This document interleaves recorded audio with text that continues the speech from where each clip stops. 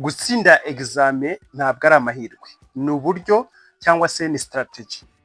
Abantu benshi batekereza ko gutsinda biterwa n'ubuhanga gusa, ariko ukuri ni uko biterwa n'uburyo utegura, uko wiga n'uko ugenzura igihe cyawe.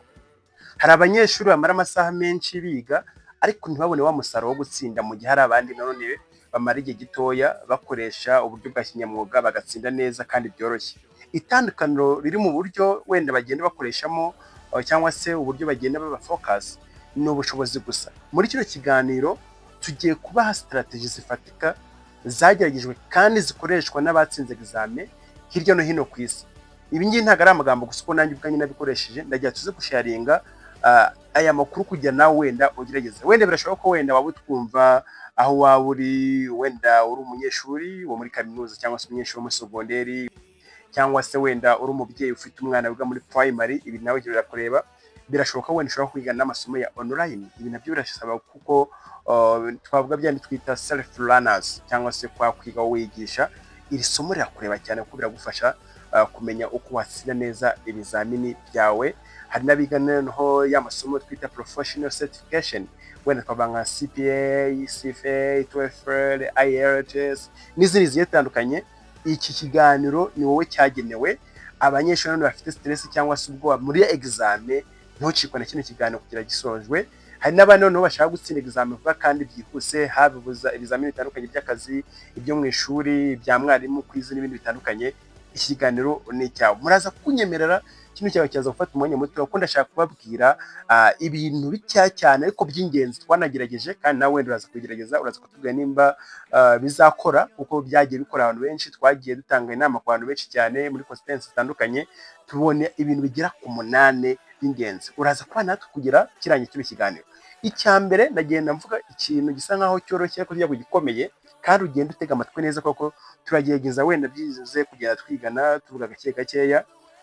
Wenda twavuga nk'icya mbere, hari abantu baba bafite za syllabus cyangwa se bafite responsibilities bitewe n'ikintu uzajya gukora.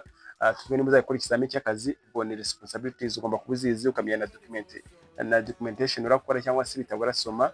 Noneho abanyeshuri bagomba kuba bafite za syllabus, uba ugomba rero kwiga neza syllabus. Aha ni wenda ikintu ushobora kuvuga ahangaha ni ukumenya neza ibyo uzigaho byose biri muri syllabus, nta kintu na kimwe ugomba gusiga inyuma, ukamenya n'uburyo urabikora. Mu cyongereza ibyo twakunda kwita master the entire syllabus.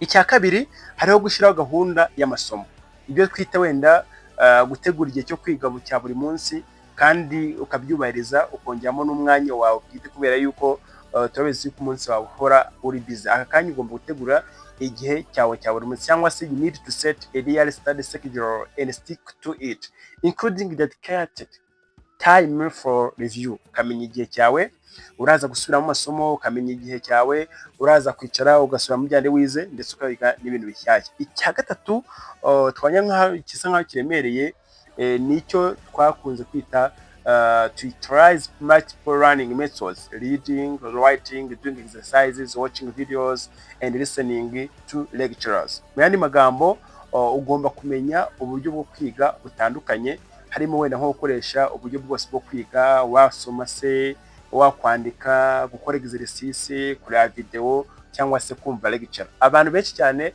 hano ntabwo bajya babumva, kubera yuko gukoresha uburyo butandukanye. Ushobora kuba wananiwe uyu munsi wenda gusoma, tuvuga wenda waridinga cyangwa se wasomaga notes zawe cyangwa syllabus, ariko bikarangira noneho ukoresha uburyo bwo kwandika. Ubu nabyo ni uburyo bufashwe cyane, bituma imyumvire yawe ifata. Ibyo byanze ushobora gukoresha nanone gukora exercice, ugashifting ukava kuri kimwe ugakora exercice wandika n'ubundi mu kayawe exercice cyangwa se ahantu habugenewe. Ibi bishobora kugufasha cyane. Ahabyara ni wowe ushobora kureba video zijyanye n'irya somo, cyangwa se ukaba wakumva audio wakuye ku mwarimu wawe. Icya kane bisa nkaho gikomeye, nicyo gukora practice exams.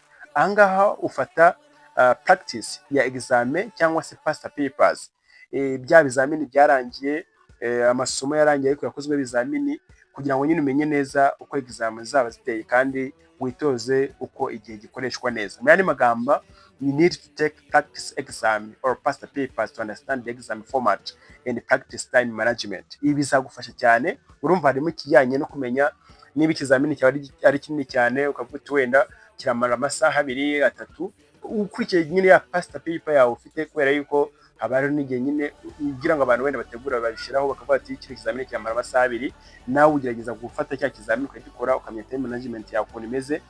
Ikindi kandi ukamenya na format y'ikizamini. Akenshi kano kantu gakunda gutsinda abantu, kujya mu kizamini bwa mbere utazi format y'ikizamini nabyo bishobora gutuma utsindwa. Mu yandi magambo, niba ugiye gukora ikizamini cy'akazi, urugero wenda ugiye gukora wenda ku mwanya wa director, you need to know the format of an exam you are going to pass by or to sit for. Kubera iki?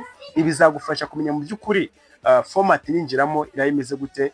Ariyo mpamvu akenshi ku muntu wakora exam kuko ati nzagenda ngerageza, ariko ugomba gukora practice ya exam. Ni ikintu cya kane.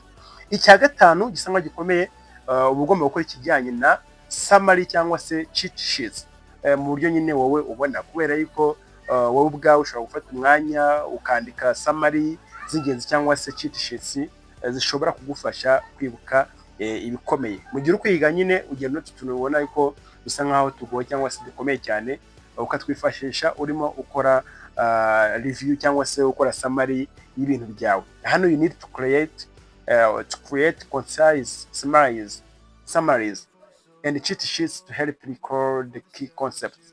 Create concise summaries or cheat sheets to help record key concepts. Icya gatandatu gikomeye cyane icyo twakwita kwibanda ku by'ingenzi.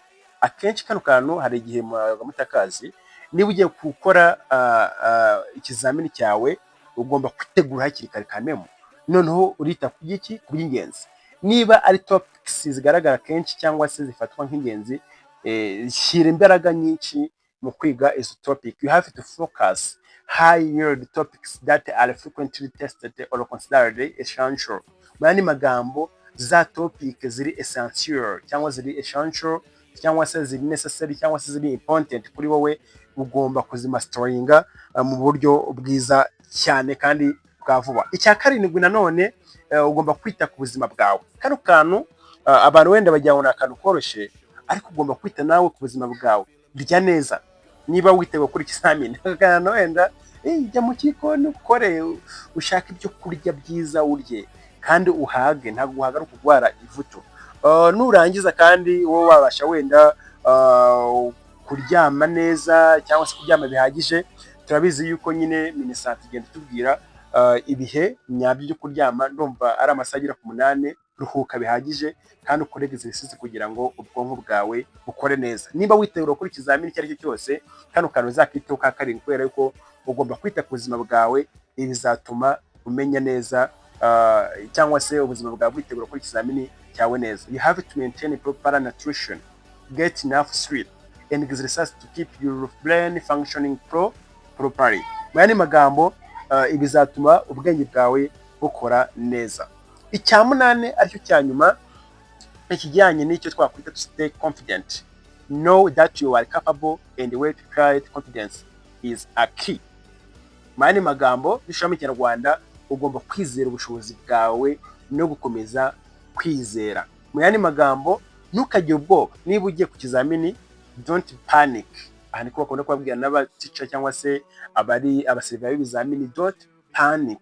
Ntukagerageze gupanika, ugire ubwoba cyane. Menya yuko ushoboye kandi ko wateguye neza, ufite icyizere cy'ingenzi mu gutsinda ikizamini cyawe. Twababwiraga ibintu bigera ku 8 by'ingenzi bishobora gutuma utsinda ikizamini cyawe neza kandi mu buryo bwiza cyane.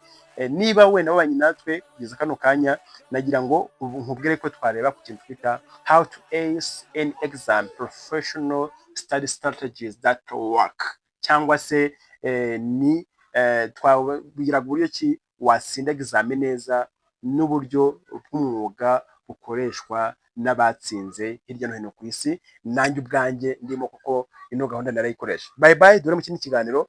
Niba wakunze ibiganiro byacu kano kanya, ihangane ntugende udakanze subscribe ko ibi bizatuma ubona ibindi biganiro byacu, kandi wiko gusharinga n'abandi, ujye mu commentaire tube kubyumva ukanda like. Bye bye, ndagukunda cyane.